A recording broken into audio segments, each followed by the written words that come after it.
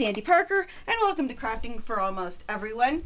So I decided I was going to make my first card using one of the backgrounds that we just made with the alcohol inks. And so what I did was I took two of my dies that I just bought from AliExpress, and I showed them in another video.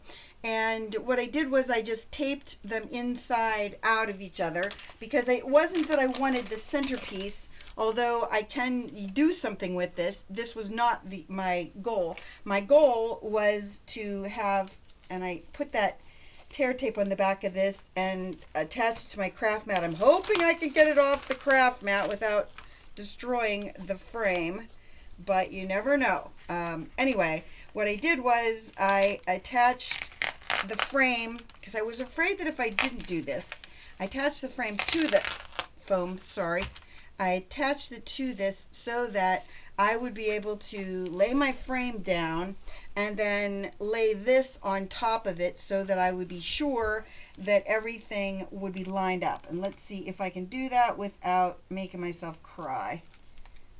Because as you know, this foam tape and I have a mostly hate relationship. No love involved, just mostly hate.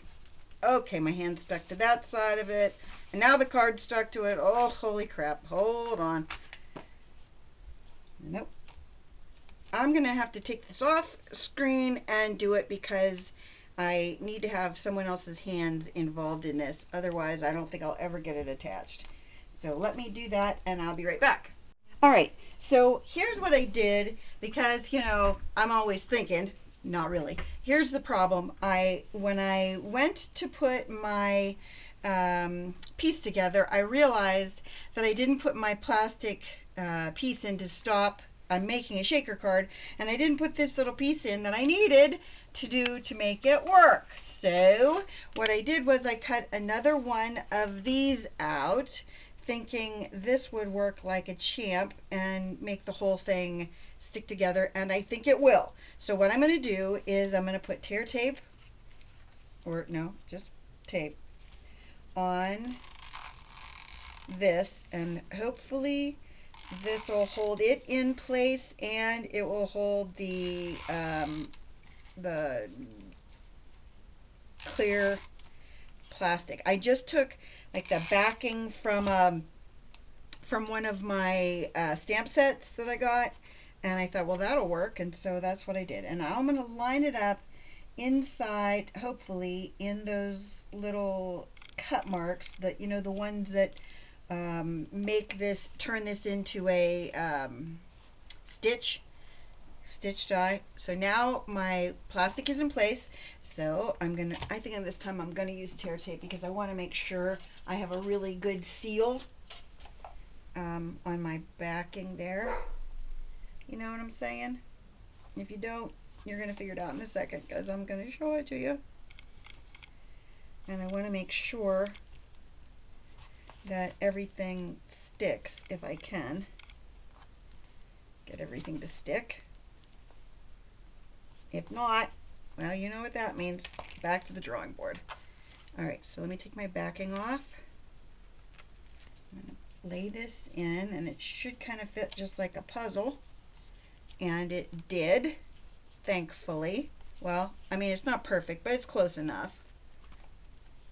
Because after this, then, I think I'm going to put, I made this little hummingbird. It was from a stamp set from Stampin' Up! Called Picture Perfect. And it was hard to do, cutting it out, and the whole stamping it. It didn't go as easy as I thought it would, let's just say, as usual.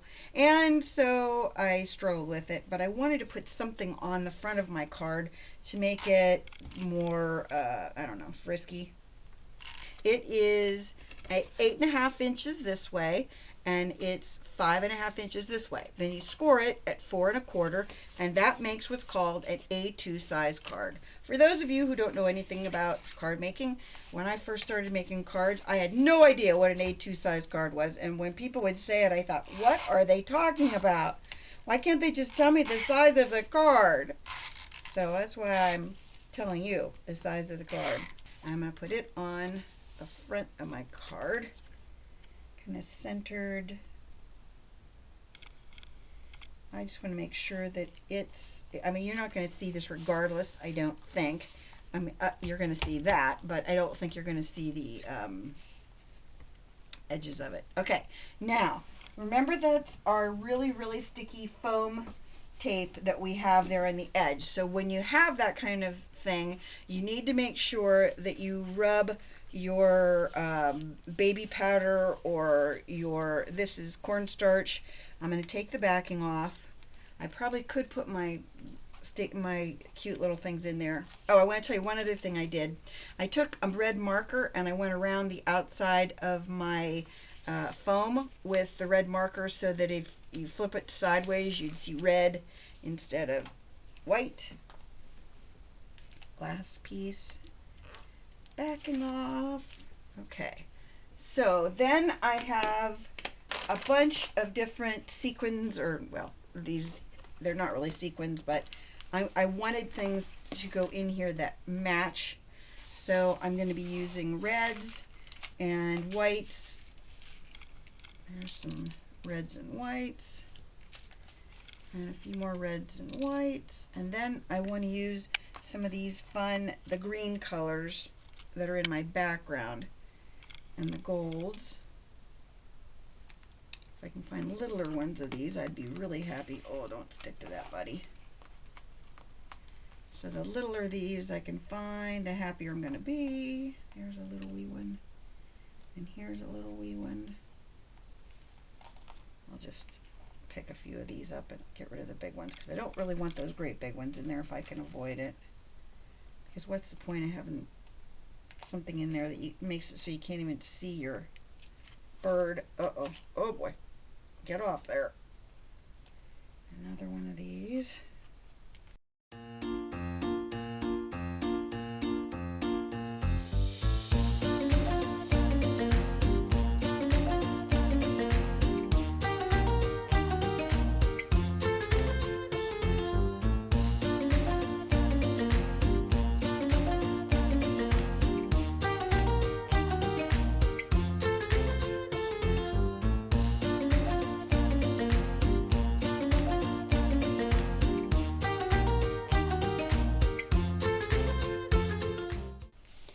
So that is, I think, where we want to stop with our, with the number, I'm stuck, with the number that we have on here. I think we're good with the number that we have inside.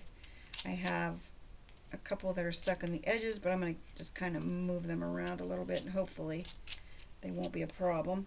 And I'll get rid of everything here. I got one on the outside that I don't like.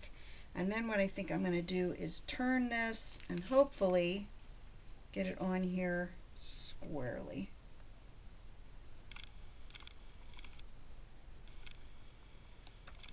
And if I didn't, then we're going to know in a second when I flip it over. Okay, not completely straight, but upside down, so that's important. Good work.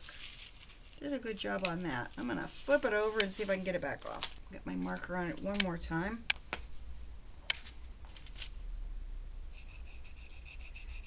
Make it as red as I can make it so that no one sees that. Okay, there's that. And then I'm going to put a little bit of tear tape on the back just to ensure it does stay, because I don't think that the tape runner that I put on there is really that strong. I'll put a thick piece of this on, and then I think we're just about done. I have to put my stamp on the back of the card and get my envelope going, and we're just about it. That's about it. Get this off here. Okay. Okay, so there's my card. There's my shaker. See if I can get this bad boy straight. Looks good. top looks good. Bottom looks good. Now all we need to do,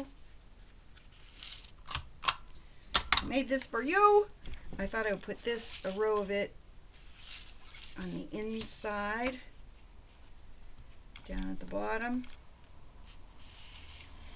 The sentiments say, "You are made of wonderful, happy birthday." I like that sentiment. I thought it was kind of nice, and it came from the same stamp set as the bird, as my hummingbird. I hope you enjoyed the card and that you'll give it a thumbs up and subscribe, and thanks so much for watching. Bye-bye.